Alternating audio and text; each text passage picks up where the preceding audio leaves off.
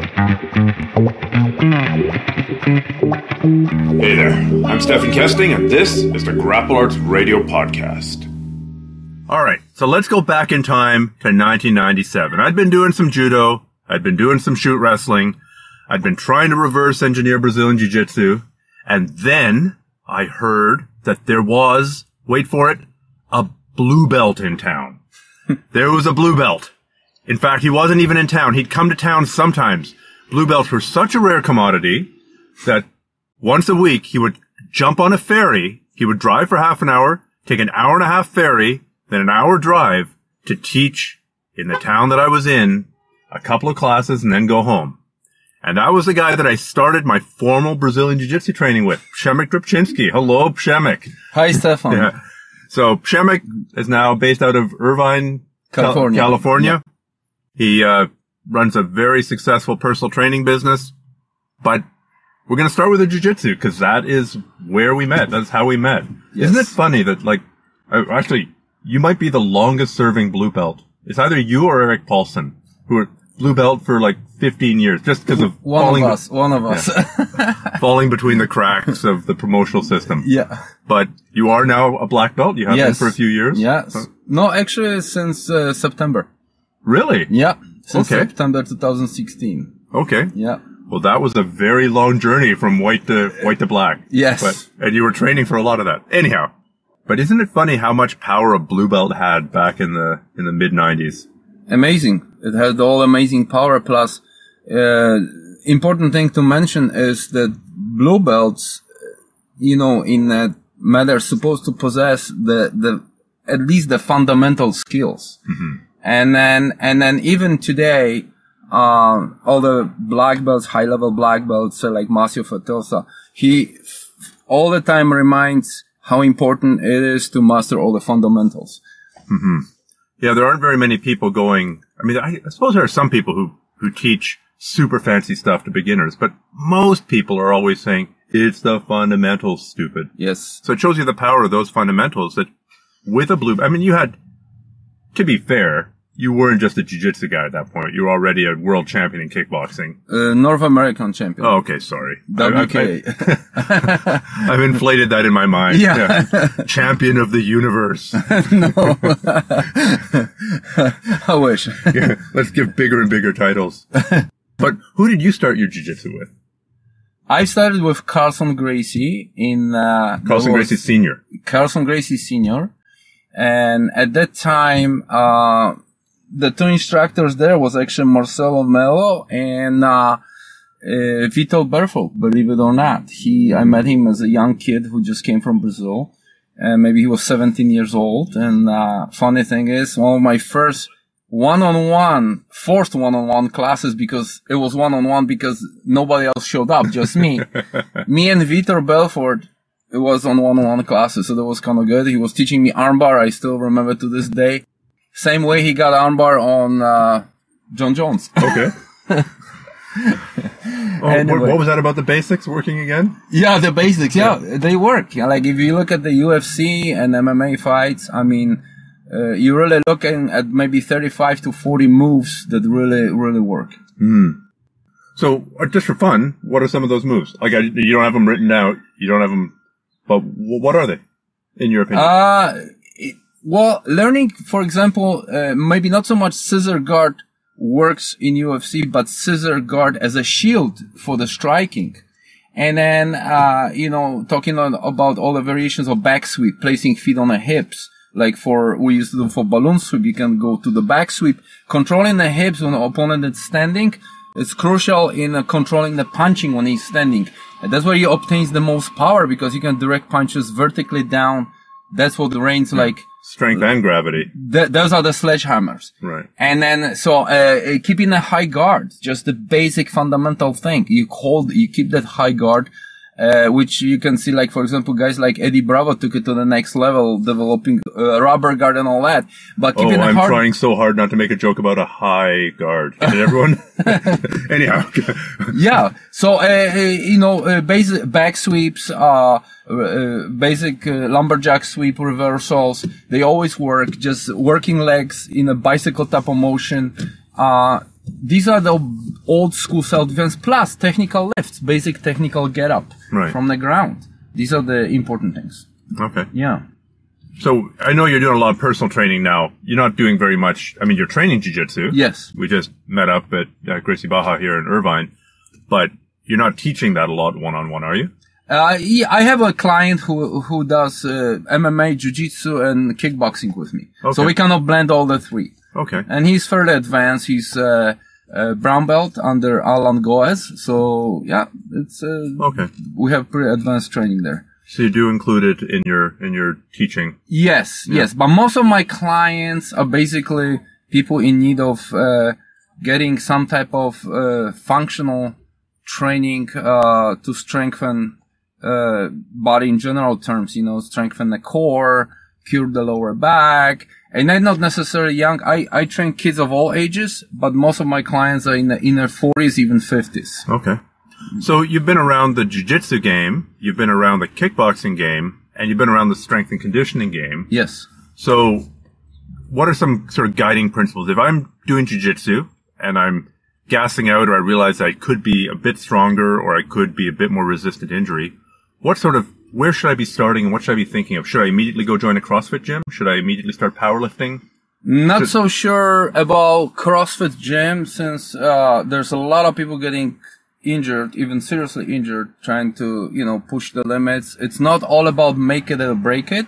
I would rather direct my attention to, there's new movement. One of them is, for example, move naturally.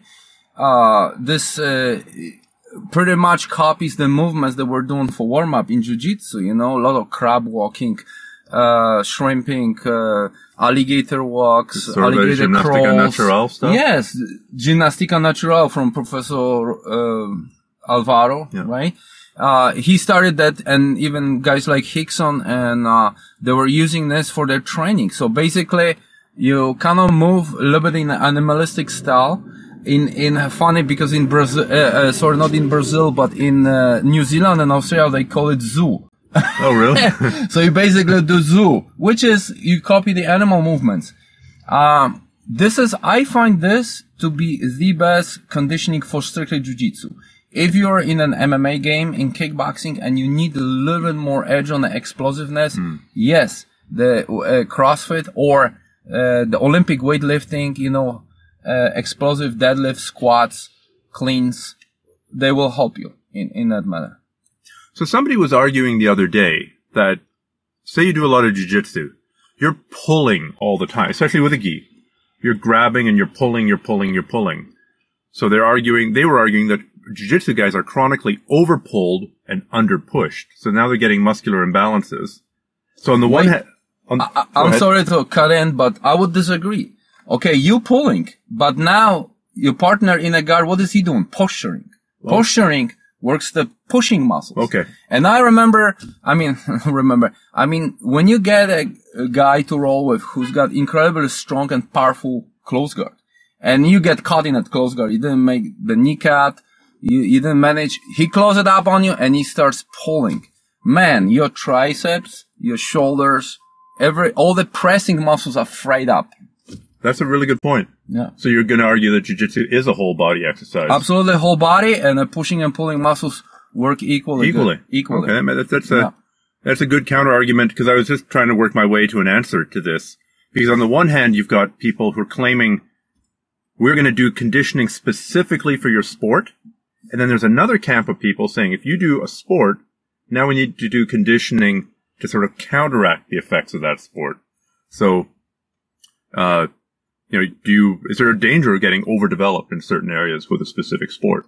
Yes, I agree. I'm more for a balanced type of workout. So the best approach is to basically work in your conditioning opposing muscle groups. So for example, if you do a lot of just conditioning for jiu-jitsu, say that we do monkey runs or crab walks, which would be recruiting more of a pushing muscles because you stay in a suspended position, I would add some climbing to it. Say rope climbing. I think rope climbing, or obviously if you find a good tree, you can do the tree climbing. Pull-ups, right, for example, always good. Gi pull-ups, rope pull-ups. grip pull-ups. Battling ropes are great because they develop grip and a wavy type of movement in the arms and the shoulders that is used by wrestlers and fighters. Yeah. Yeah, so recently something I've been doing a lot is just alternating pull-ups and dips. Yeah. Or pull-ups and push-ups. And that, you know, in that, maybe bodybuilders, if you're trying to go that intense, then you have, you know, anterior deltoid morning. And in the afternoon you work your posterior deltoid or something. But in general, if you have a life, if you're not a bodybuilder, and especially if you're doing a sport, you don't have time to split your body down into different muscle groups to that level. Yeah, no, there is not enough time in a day. I mean, unless you really have the luxury. Right now, the fitness, the trend in fitness is all about functional training. It's all about integration rather than isolation. I mean, we grew up, say, in the 80s, 90s. There was still, the bodybuilding was still heavy on the market. Schwarzenegger ruined it for all of us. Exactly. Do some curls, yeah. But the thing is, integrating muscles is always better to do large muscle groups than just isolating them and do those small muscle groups. The small muscle groups will develop with exercises like pull-ups, deadlifts, and of course, basic push-ups. You can never overrate it. Right. So I guess maybe the only couple of exceptions I can think of there is if you're a bodybuilder. If it really matters how you're this is your sport. You have to train in your sport to be good in your sport. Yeah. There's no other way around. But if you're not a bodybuilder, there's probably not that reason to do 12 different kinds of curls. No, absolutely not. And then funny thing is, I was just reading a newsletter from American Council on Exercise. The fatigue sets not necessarily work very well. You know, like when they do the drop down set, you know, like you say you do curls, you do 5 sets and then you're burning it off and then you do the last set, drop weight, whatever, 10 pounds and do the burn up set. Not necessarily is a good thing for the muscles. Not even for hypertrophy or like what? Yes, to hypertrophy to a certain degree, but sometimes muscles need, a little bit more rest to recuperate better. If you completely fatigue them, they so broken down that they almost cannot, like look at the farmers. Like for example, that's a good point. Why farmer boys are so strong, whether they start martial art, hockey, football, they are known to be the toughest guys come from the plains. And why? There's a work ethics. They subject their bodies, not in a crazy way, but in a lengthy, steady way. Repetitive, steady way, and they do not 50 repetitions, they do 5 repetitions, but they separate these 5 repetitions, in a different, it's also spread out throughout the day, that they constantly subject the body into those 5 repetitions of, say, throwing a hay in a truck. But they don't do it only throwing the hay to the truck, they do different functions, you know, farmer walk, carry milk from the cows, that kind of stuff.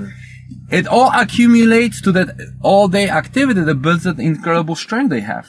Clearly, I think people need to hire you to follow them around all day long at $400 an hour and then just give them every 15 minutes, give them another task and then they go back. I think this would be main thing I would say is that our lifestyle are so right now sedentary. Yes. I mean, development of all the technology. We can order food. We don't even have to go grocery shopping. We order everything online and lots of people fall for it. It's a death trap. Yeah. In my opinion. Well, they say sitting is the new smoking. Yeah. And, you know, I don't smoke, but I'm guilty of the sitting. Yep. Now, I was talking about with a friend, I used to have terrible lower back pain. That's got cured years ago, thank God. But, I did a long drive to go on a canoe trip and the drive was like an 18-hour drive straight north. And by the end of it, I could barely stand. My back was in such pain. Coming back, we blew a radiator. So every 45 minutes, I had to get out, fill the radiator with a jug of water. Yep. And just getting up off my ass every 45 minutes to fill the radiator. By the time, after the end of the 18 hours, it was like 18 hours. It was like 19 hours, right? With an extra hour of getting out to fill the radiator. I felt fine. Like it just getting nothing. Changing the body position. Yes. So being aware throughout the whole day about your body positioning. So if you drive for a long time, sometimes it's good to pull over, just go to whatever gas station. Even if you just get up and do a couple light stretches, idea is to get up at least once in half an hour. This is what they recommend right now. I mean, from scientific point of view, because the blood is not pooling. See, when we sit and we don't move, the blood is pooling. That's not good. And then the older we get is more becoming actually dangerous. Right. Yeah. So, ladies and gentlemen, the seatbelt sign is fastened now. Please stay in your seats for the next 4 hours. yeah. Yeah. I don't know what you can do on a plane. Maybe they have stand-up desks. Japanese airlines have a gymnastic in the middle of the... No way, really? Yeah, I remember when I flown that, my only trip to Japan. Yeah. Not so. Anyway, in the middle of the flight, after 4 hours, everybody get up, and people stand up and they do the gymnastic in the middle of a flight. Japan Airlines. Like a lead stretching just thing? bent over, move head, move shoulders, just like you would be warming up. Light warm-up, mobility warm-up. Oh, I thought you meant like they had a gym in the middle of the flight. Like that'd be nice. Yeah. With turbulence, right? Yeah, oh yeah. What could possibly go wrong in the middle of a Turkish get-up? Get a dumbbell in the head. Turkish get-up. That's a real master of body stability. 70-kilo Turkish get-up in the middle of major turbulence.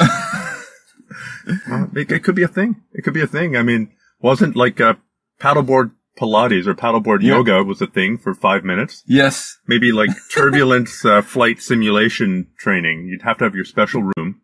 Yeah. I'm just trying to find the next big thing here for you.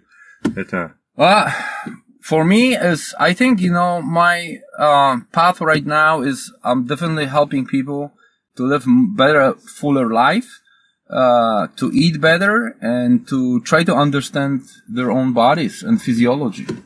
And I think that's the main thing. What are the big tweaks? What are the tweaks that you make again and again and again to people's eating? Like, what is the mistake that the majority of people make there for food? Well, definitely overeating on the carbs and sugar. I mean, these are the two worst things. Mm-hmm. I like the caveman type of diet, paleo. But when I see paleo cookies, I mean, come on, give me a break. I've seen somebody's marketing paleo cookies. Yeah. No, there was no paleo cookies. Paleo bone with marrow to suck on. Yes. So idea is to eat high fruit, high veggie, high protein, high healthy fat diet, and very low or eliminate the sugar completely. Sugar is a big cancer feeder. Eliminate sugar and eliminate carbs, if not completely, to the bigger degree, and you'll see the difference. What do you think about the intermittent fasting or periodic fasting? Absolutely agree. It's a great way. We were back in the day, we didn't have a successful hunt every day. There will be a few days that we'll have to either go on berries or something just to sustain life. And then we have this meat feast when successful hunt or fishing. Drive the woolly mammoth. Exactly. Off the cliff, Yeah. So we were designed to go long periods of time actually without the food. Intermittent fasting, absolutely yes. Okay. It's also, you said that thing about sugar being a cancer feeder. There's some evidence, I believe, showing that fasting, can kill the little tiny cancers early in their development. Yes. Because they feed off sugar. It might even reverse the cancer. I mean, there's a lot of evidence, and one of them being that struck me was that there was this woman, and she was going to the hospital for cancer treatment. She was living in a very rural area, and what happened, she had the cancer develop already at a certain point. I forgot what was it, ovarian or something. The car flipped over. She went into an accident. Car rolled over from the road. She got stuck pretty much in the woods. The only lucky thing she had broken legs. She got immobilized. For 2 weeks, she was in the car below the road, very rural area, and she had only water. She survived on water. So they taken her to hospital. After those 2 weeks, the cancer went to remission. Because she starved the body, what happens? The healthy cells eat the sick cells, and the cancer cells are sick cells. So on cellular level, that would be the explanation. We should ideally, she would have done this under doctor's supervision. Yeah. Before if you're driving down the road right now and there's a nice deep ditch. That's right. Don't roll the car. Yeah, don't roll cars over. No, don't get trapped. No. But that was the thing that actually... it's a good story. Yeah, it's a pretty good story, yeah. And there's research. I mean, I'm listening to some of Rhonda Patrick's stuff, And she talks a lot about the intermittent fasting. Interesting thing from our friend Gord McKinnon. Okay, just for the people who don't know, Gord was probably the best athlete I've ever met. Yeah, the best athlete, two-time CrossFit champion winner in Masters. Yeah. 2011, 2000. Olympic level wrestler. Absolute insane. machine, the Yeah. Gord machine. And so Gord, his friend, his hunting partner from Canada, he had the prostate cancer in progress. So Gord told him, hey, you gotta drop the sugar. So he started to drink the black coffee, no sugar, just this. He went for cancer treatment, for cancer reevaluation, and to the doctor, same thing. The cancer went to remission. Unbelievable. And that's his close friend. And Gord, he does not. To be fair, Gord also sent me down some major paths, like talking about some supplement that he got his entire rugby team on. Oh yeah. Was it dimethylethylamine, something like that? Oh my God. That I went and searched for it, and I found like the one remaining bodybuilding shop in town that still sold it, because it had all been debunked 15 years ago. So, to be fair, he also said, Gord, if you're listening, you had a lot of good ideas and a few terrible ideas, but the key to having good ideas is to have lots of ideas. And yeah, I've learned a lot from Gord, and that would include, for example, having bee pollen in the morning, and this is great, makes me feel good, has a lot of antioxidants, and probably no negative side effects. Yeah. Well, one of the things that I do myself and my wife, and it's helping out a lot with beginning of arthritic pains and everything, coconut oil, have a tablespoon in the morning, tablespoon at night, and turmeric, ginger, all those things are really good cleansers. Also, organic apple cider with lemon. These are the fantastic cleansers and anti-inflammatories. So, the cool thing is that you and I met doing jiu-jitsu. And here we are, 20 years later, and we're still both doing jiu-jitsu. Yes. So, I think that's really cool. I think there are not a lot of sports that people start in their 20s or in their teens that they can be doing 20, 30, 40 years later. Yes. So, from a long-term perspective, having trained jiu-jitsu for all these years, what would you suggest to people who are thinking about starting out just now? I think jiu-jitsu is probably the safest realistic martial art you can do. That definitely is the point. And that's coming from a world champion, North American champion kickboxing guy. Yeah. Because you can do kickboxing. I can do kickboxing playfully, but I cannot go and do same type of intensity training that I did before. I would probably get my legs broken or something. Yeah. And in jiu-jitsu, we can accommodate the intensity, the energy. Of course, in jiu-jitsu, yes, on the mat, you're going to come across the guys that are crazy strong or something. You have to use your wits to calm the guy down, let him know that you're not there to wipe the mat with him. It's a learning experience, whatever. Especially now being black belt, we have a big target on our back, right? Yeah. Hey, black belt, yes. Let's see if I can get lucky, maybe. Yeah. Anyway, it's the attitude you carry. What do you mean you're not allowed to use heel hooks when you're rolling in the gi? Yeah, exactly. So, it's all about the mood that is set not only by instructor, but also by the persons who you're training with. So, I think so far, this served me well. That's why I'm still here. Mm-hmm. And then a lot of people, of course, we want to let ego stay outside the dojo. And that's another important thing. Yeah. Well, it's maybe a mistake that everybody needs to make is not tapping soon enough. Because after you don't tap soon enough and you get injured a few times, you start learning that tapping soon enough is a really good idea. Exactly. But, so hopefully that injury that you get from the first couple aren't that major. Yeah. And jiu-jitsu has changed now. It's not 20 years ago when we were all pretty much convinced that we were going to be fighting for our lives and the honor of jiu-jitsu at any moment. Yeah. Right now, jiu-jitsu has been very popular martial arts. And then, you can see how many, especially in Southern California, there's so many gyms. And it's becoming very popular. It's like a second, I would say, it'll be as successful as Taekwondo, if not more. For the martial art that is we have a phenomenal kids program here at the Gracie Baja. And, Jiu-Jitsu is the safest, martial art that can be done realistically. Right. Well, I don't think there's a better way to finish it. You've got to go off to class and train. That's right. I've got to run up and talk to a guy about a thing. That sounds pretty mysterious, doesn't it? Believe it that way. Gotta go talk to a guy about a thing. Thank you so much for taking time out of your day. Thank you, Stephan. Thank you for introducing me to. Oh, before we go, how do people get in touch with you? Oh, my website is besthometrainer.com. Besthometrainer.com. That's it. It's got all your contact information. Yes, and I am based in Orange County. You'll find my contact information. My email is pshemek66@gmail.com. You better spell that for people. PSHEMEK